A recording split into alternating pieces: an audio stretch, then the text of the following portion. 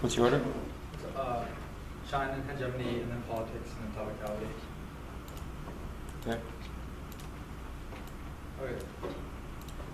So our impacts are the dehumanization of the world's population, as shown by our Dylan 99 chart. This is caused by creating other leading to Holocaust. Not only does our app prevent this by ending the hypocrisy of the United States condoning the insidious use of landmines which kill innocent people, but the neg actually promotes this dehumanization with their orientalistic rhetoric, portraying South Korea as defenseless and need a big, strong white America to come protect them, while simultaneously portraying China as a mysterious evil country that needs to be watched at all times, despite little evidence that a U.S. withdrawal would immediately lead to a China war that wouldn't benefit China at all. We have to assume that in international relations, these are rational actors operating behind these countries who are working in self-interest, and a nuclear war serves the self-interest of no country.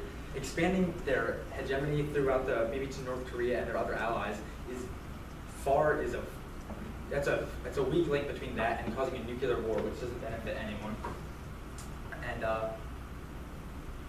as we showed in our items earlier that U.S. presence doesn't actually deter China from moving anything. If anything, it angers China. And they presented evidence in their, I don't know exactly what card it was, but one of the cards that said Beijing would dislike it if we left because of silent weakness. And the very next sentence that she didn't read was, of course, it was said something along the lines of course, Beijing is opposed to this, to our presence, and continue to say that it makes sense for Beijing to be a presence. They're just cutting up these cards and twisting the words around, and they're not delivering what the article is actually saying.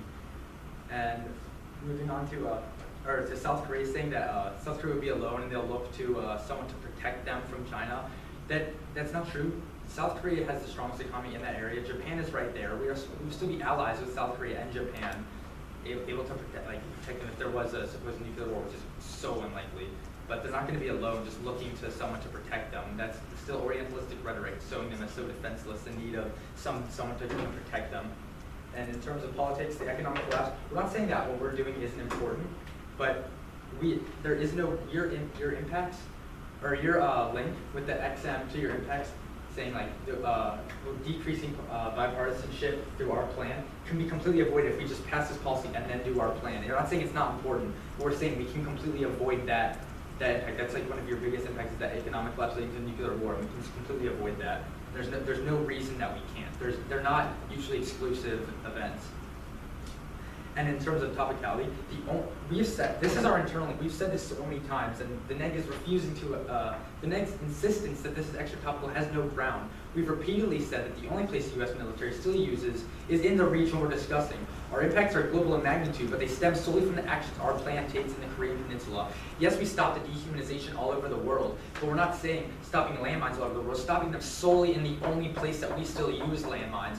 We've abided by the Ottawa Treaty to the point, to a T, except for the 38th parallel, which is a violation of human rights. Saying that's what's triggering our impact, is we're dehumanizing them. Saying that's basically in conclusion, our impact is stronger in magnitude because it affects the entire world's population. It's happening now, as in this debate space it's happening, while they dehumanize the others in Asia. And the